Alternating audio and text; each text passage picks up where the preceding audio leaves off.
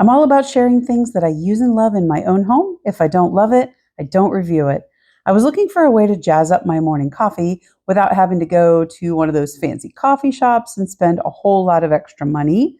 I started buying this Navitas Cacao Powder almost a year ago to make my cafe mocha at home.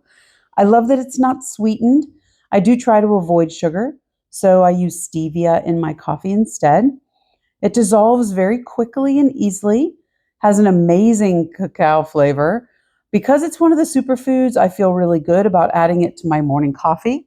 It's also sustainably produced, non-GMO, organic, and dairy-free.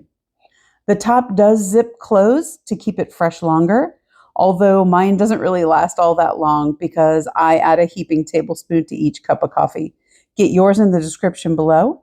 If you're enjoying this video, please give it a thumbs up